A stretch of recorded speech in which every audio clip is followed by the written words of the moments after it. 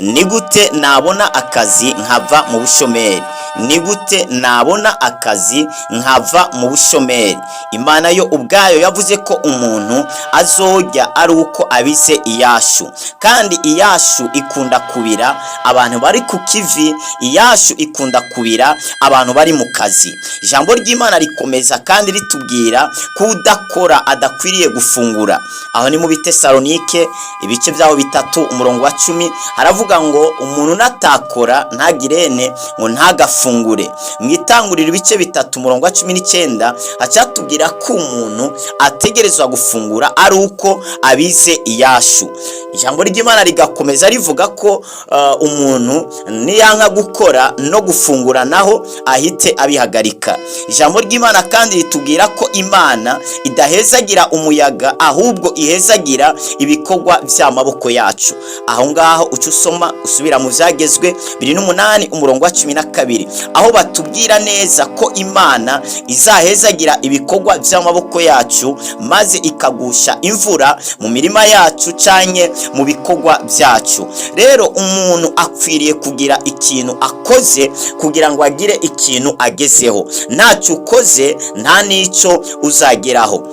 Turabaramukije mwese bakunzi b'ikiganiro haracyariho ibyizigiro. Amahoro y'Imana nakomeze kubana namwe. Turabashimira cyane mwe mudukurikirana kuri no channel yanyu haracyariho ibyizigiro TV. Turashimira cyane mwebwe mumaze gukanda sabone cyangwa subscribe. Turashimira cyane namwe musangiza abandi mu gukanda partage kugira ngo babashe gushikirwa. Dushimira nawe ushiraho like ndetse tugashimira nabandika muri commentaire. Iyo mukozi ivyo vyose muri ko mudutera intege zo gukora ibindi vyigwa.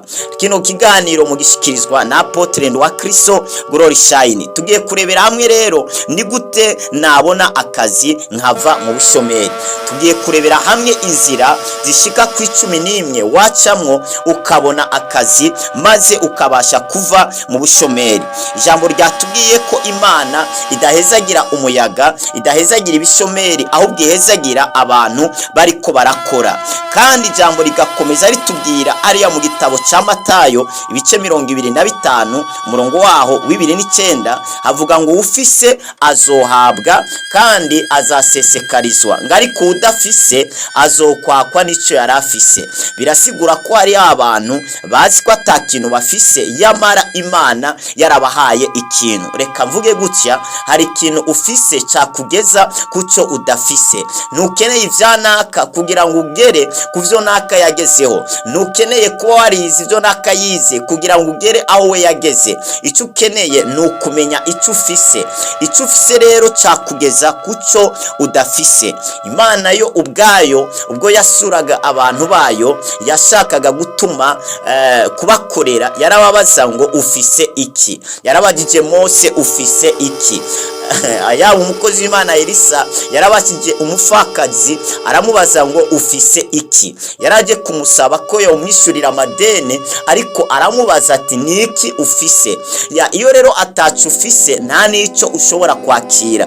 Abantu rero bazi ko bari mu busa, abantu bazi ko atakintu bafise, mwe nabo bama mu maganya, bama mu marira, nta n'ikintu bakora, nta nico bashobora kugeraho. Ariko icyo ufise kizagugeza kuco udafise. Icyo ufise nukimenya, ivyo bizatuma umenya ico gukora. Utaramenya icyo ufise ntushobora kumenya nico gukora.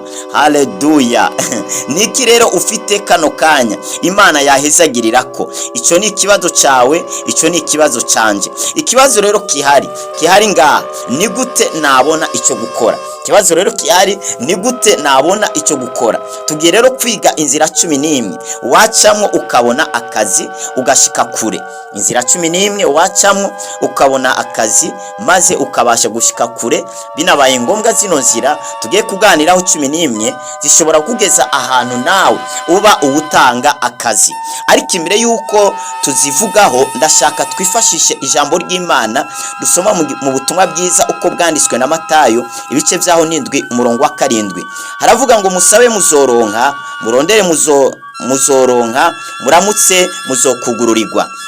iri niryo jambo tugiye guhagararaho, aho batubwiye ngo musabe muzoronka. Baratubwiye ko umuntu iyo asabye ategerezwa kuronka, kandi iyo umuntu aramukije canke adodoye ategerezwa kugururirwa, kandi iyo umuntu arondeye ategerezwa kuronka. Rino jambo rero benshi barikoresha uburyo butari bwo. Benshi birirwa ku misozi, birirwa barayerera mu vyumba bitandukanye, mu masengesho ahantu hatandukanye, ngo bariko bararondera, ngo maze babashe kubona. Abandi bakirirwa baradodora, bakaza imbere y'Imana, ati Imana ndadodoye, nyabuna nyugururira, ugira icyo ukora mu buzima bwanjye. Uzadodora mpaka uruhe.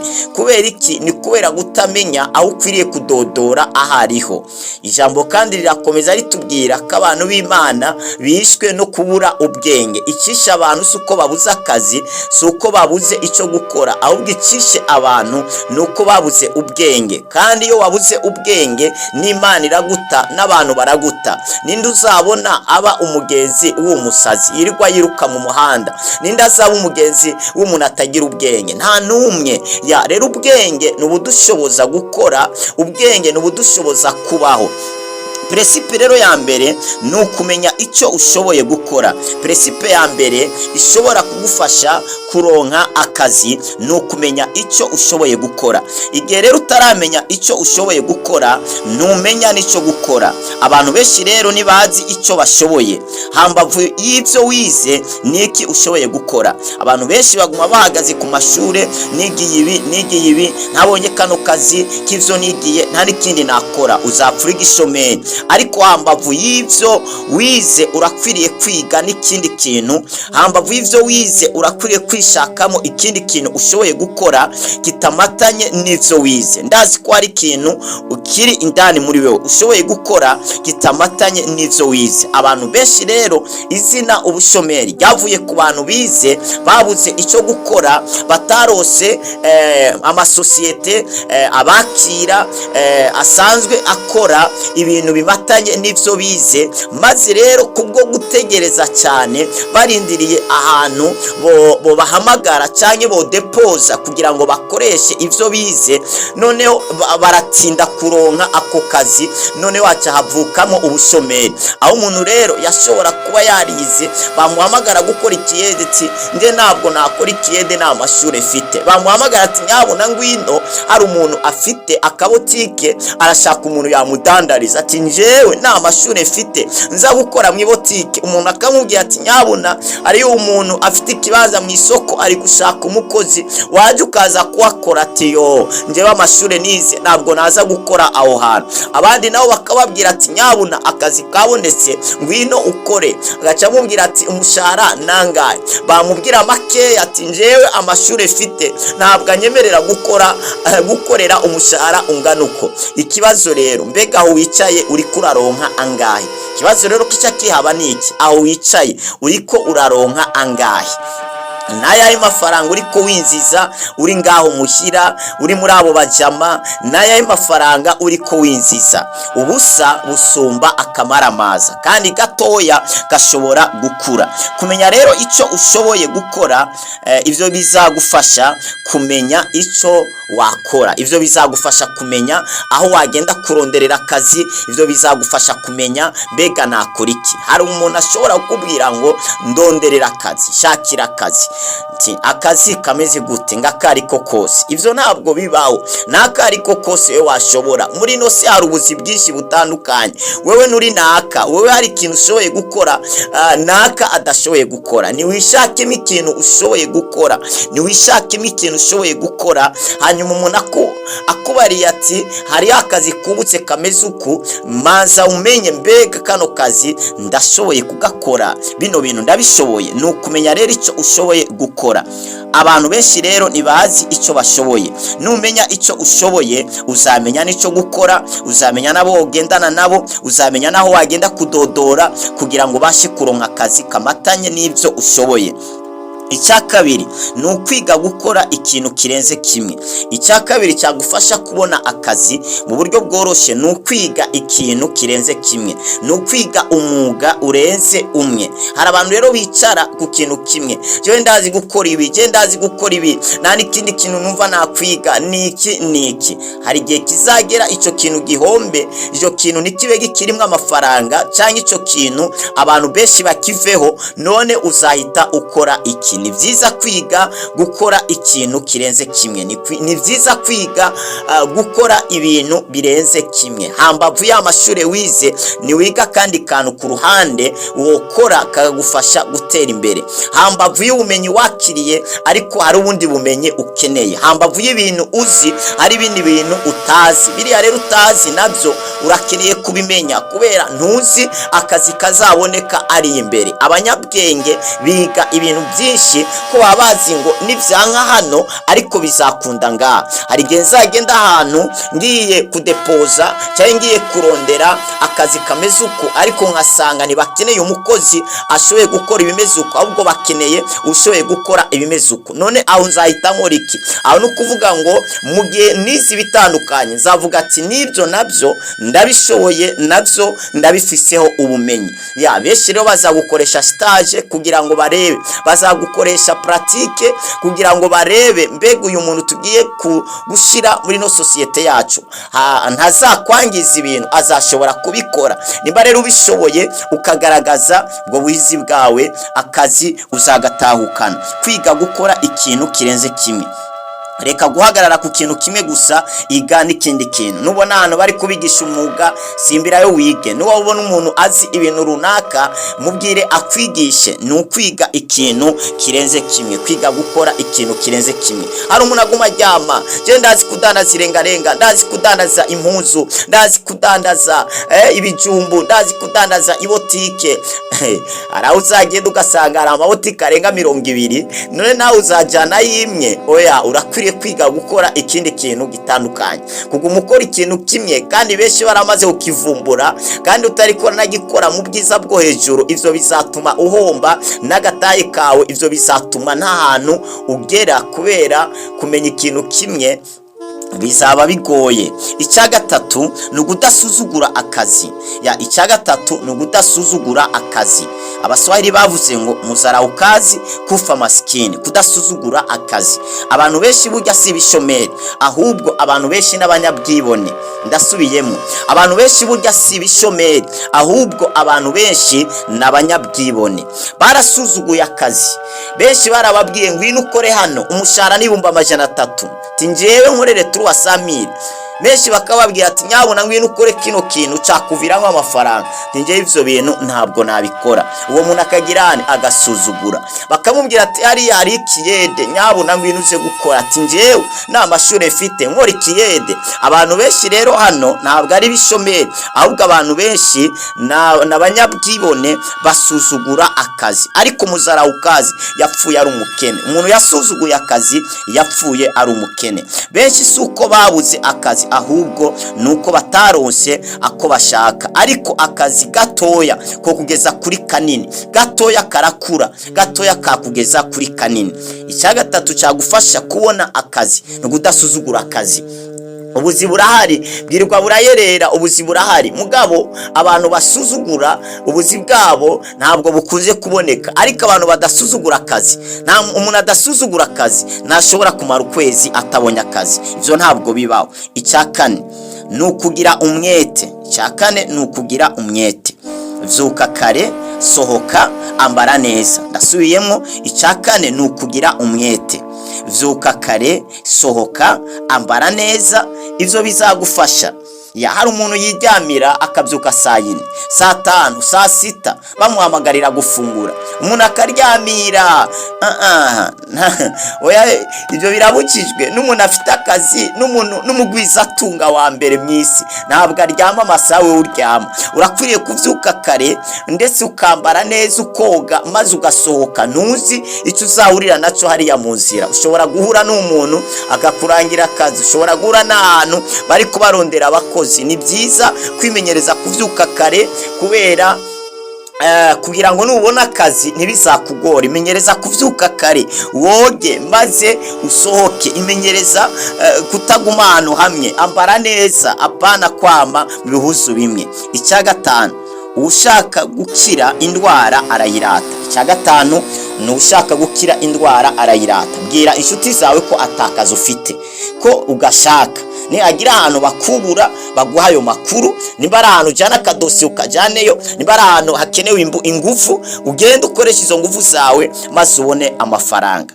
Ushaka gukira indwara girane arayirata. Hari abantu benshi rero baguma bicaye bambara neza, bari smart, ndetse Imana yabagiriye neza, batabura utumega, barafise abantu bacoresha bakabaha utumega, barafise abantu bacoresha bakabaha n'udufaranga, akaronka icyo kurya, akaronka amavuta, agacaguma yicaye muri ubwo buzima. Umurabye uwo kwibaza ngo arafite akazi, ntavuge, akaba umunyebanga. Yego rimwe na rimwe hari igihe kugira ibanga bifasha, biba byiza, ariko ushaka gukira indwara arayirata. Tuzamenya gute ukeneye akazi utabitubwiye? Tuzamenya gute ukeneye akazi atawe wabibwiye? Ni byiza ko ubwira inshuti zawe, nyabuna jewe nta kazi ngira, ndifuza kuzakugurura groupe yo guhanahana amakuru ajanye n'ibikorwa, ajanye n'akazi. Ndifuza kuzakugurura groupe yo guhanahana amakuru ajanye n'akazi, ndetse yo guhanahana amakuru ajanye na business, yo guhanahana amakuru ajanye n'ibidandazwa, ku buryo ufise ikintu adandaza agishiramo, ndetse n'ukeneye akazi avuga ibintu mwene ivyo. Ndazi ko amagroupe asanzwe ahari, ariko turifuza natwe kuzayugurura. Nimba nawe wifuza ko twakugurura iyo groupe, ngandika muri commentaire, kanda subscribe cyangwa sabone, kugira ngo igihe tuzaba dutanze ayo makuru nawe uzabashe kuyumva. Burya amakuru ni ikintu gikomeye, amakuru n'ayambere, amakuru n'ayambere ni ikintu cibanze. Iyo udafise amakuru ku kintu runaka ntushobora kukimenya. Imana iguhezagire cyane. Cya gatanu rero nicyo nifuje kurangirizaho, hama tuzababwira ibindi bitandatu bisigaye mu yindi video y'inyigisho. Icya gatanu turangirijeho, ushaka gukira indwara arayirata. Bwira inshuti zawe ko atakaza ufite. Hari umuntu no kwa muganga ugiye, muganga arakubaza wiyumva gute, umerewe gute? Uravyumva? Ibaze muganga niwe yigiye kuvura indwara, mugabo akongera akakubaza wiyumva gute, umerewe gute? Kandi iyo umubwiye aramenya uburyo agufashamo, ariko utamubwiye akamanza kubirondeza bishobora kumutwara umwanya munini. Ni byiza rero kumenyesha inshuti zawe, apana zose, ariko kwari inshuti ubwira zikaguseka, ariko ukamenya inshuti ukwiriye kubwira, nyabuna nta kazi mfise, nihagira ahantu munyumvira akajob muzambwire, ayo makuru ndayakeneye kugira ngo nanjye ndebe ko nava ku mbuga, ndebe ko naronka ikintu cyo gukora. Utibagira ijambo twasomye riravuga ngo musabe muzagirane, muzohabwa, kandi murondere muzoronka, muramutse musokugururirwa. Reka magarare kuri agakambere musabe. Basaba iki rero? Basaba Imana. Hambavu yo gusaba Imana, uhejeje gusaba Imana cugenda usabe umuntu.